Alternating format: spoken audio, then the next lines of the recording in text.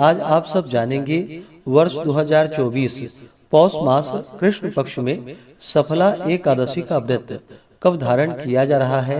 तो जानेंगे व्रत के शुभ मुहूर्त के बारे में, पारण का समय कब से कब तक होगा, पारण कब और किस चीज से किया जाएगा, इस दिन क्या करना चाहिए नहीं करना चाहिए, भगवान को विशेष करके किस वस्तु का भोग लगाना चाहिए। तो आइए जानते हैं इन सबों के बारे में। आप सभी भक्तों को सफला एकादशी व्रत की ढेर सारी शुभकामनाएं। आप सभी के जीवन में लक्ष्मी नारायण की कृपा से आप सभी को सभी प्रकार के सुख और समृद्धि की प्राप्ति हो। प्रत्येक माह कृष्ण पक्ष और शुक्ल पक्ष की एकादशी के दिन एकादशी का व्रत धारण किया जाता है। इसे एकादशी या 11 व्रत के नाम से जाना जाता है। इस दिन विशेष प्रकार से भगवान विष्णु, माता लक्ष्मी के पूजन करने का विधान है। भगवान श्री कृष्ण के पूजन करने का विधान है। हर एकादशी व्रत का अपना अपना विशेष महत्व माना गया है। इसी प्रकार से पौष मास की सफला एकादशी व्रत का अपना विशेष महत्व है। इस दिन भगवान विष्णु, माता लक्ष्मी और भगवान विष्णु के नारायण स्वरूप की पूजा करनी चाहिए। नारायण दक्षिणा सहित यज्ञों से उतना संतुष्ट नहीं होते हैं जितना कि एकादशी व्रत सहित रात्रि जागरण से संतुष्ट होते हैं।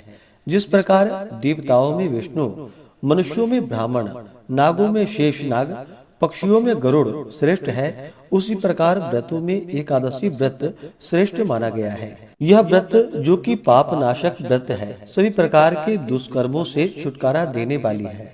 इस व्रत को धारण करने से सफलता की प्राप्ति होती है। 5 वर्ष तप करके जो पुण्य फल प्राप्त होता है, वह पुण्य फल इस सफला नामक एकादशी व्रत करने से प्राप्त हो जाता है। पौष मास कृष्ण पक्ष की एकादशी तिथि प्रारंभ समय जो कि 25 दिसंबर 2024 दिन बुधवार रात्रि 10:30 और एकादशी तिथि की जो समाप्ति है वह 26 दिसंबर 2024 दिन गुरुवार रात्रि 12:45।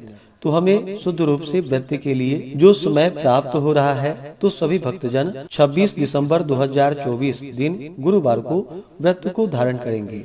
एकादशी व्रत का पारण जो कि हरिवासर समाप्त होने के बाद करना चाहिए। हरिवासर का समय द्वादशी तिथि का पहला चौथाई हिस्सा हरिवासर का होता है। द्वादशी तिथि प्रारंभ समय 26 दिसंबर 2024 दिन गुरुवार रात्रि 12:46 और द्वादशी तिथि की जो समाप्ति है वह 27 दिसंबर 2024 दिन शुक्रवार रात्रि 2:27। व्रत का पारण 27 दिसंबर को किया जाएगा। पारण का समय 27 दिसंबर को सुबह 7:12 से सुबह 9:16 तक सफला एकादशी व्रत का पारण किया जाएगा।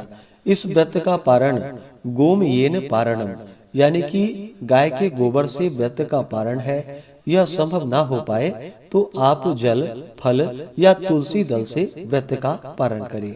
एकादशी तिथि के दिन ब्रह्म मुहूर्त का समय सुबह 5:23 से सुबह 6:27 तक होगा। सूर्योदय का समय सुबह 6:42, सूर्यास्त शाम 5:16 होगा।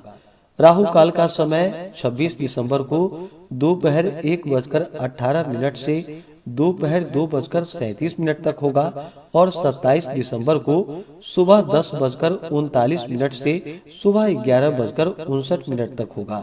राहु काल समय के दौरान कोई भी शुभ कार्य या नया कार्य नहीं करना चाहिए।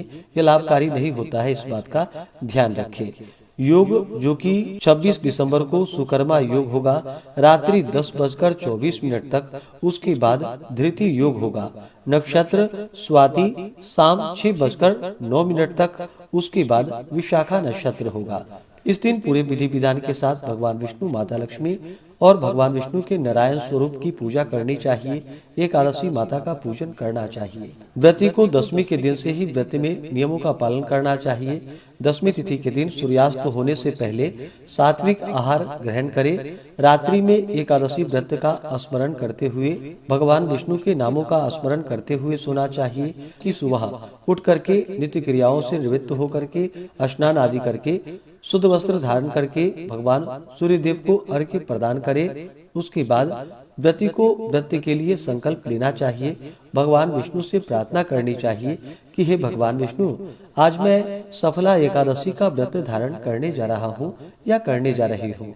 इस प्रकार से भगवान से प्रार्थना करें कि यह व्रत मेरा निर्विघ्न पूरा हो, हमें पुण्य फलों की प्राप्ति हो।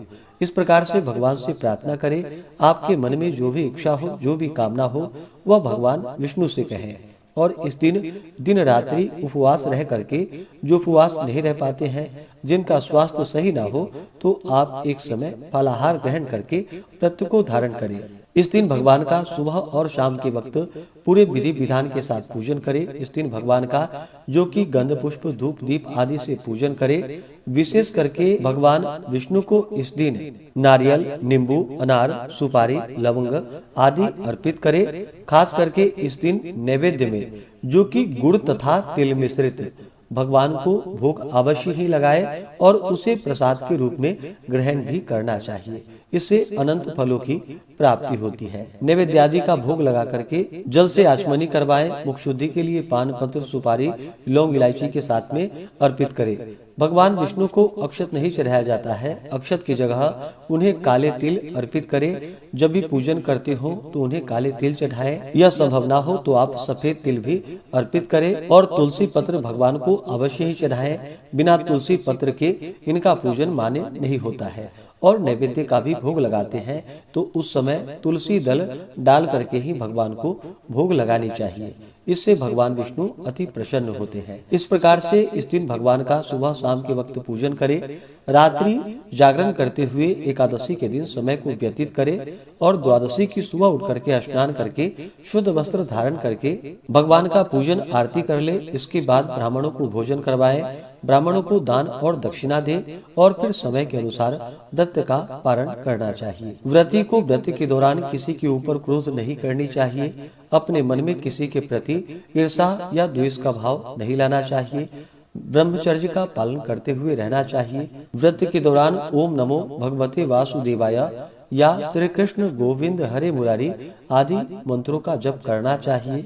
इससे भगवान अति प्रसन्न होते हैं और अपना कृपा प्रदान करते हैं। तो आशा करता हूँ कि यह जानकारी आपको अच्छा लगा हो। इसी प्रकार से ज्ञानवर्धक जानकारियाँ प्राप्त करते रहने के लिए, व्रत पूजा के बारे में जानने के लिए, कथा को सुनने के लिए चैनल पे अगर आप पहली बार आए हैं तो चैनल को लाल बटन दबा करके सब्सक्राइब करें। साथ में बेल आइकन घंटी को दबाएं ताकि आने वाली वीडियो का नोटिफिकेशन आपको समय से मिलता रहे। वीडियो को लाइक करें, शेयर करें। सुखी रहें और स्वस्थ रहें। जय श्री राधे कृष्ण। धन्यवाद।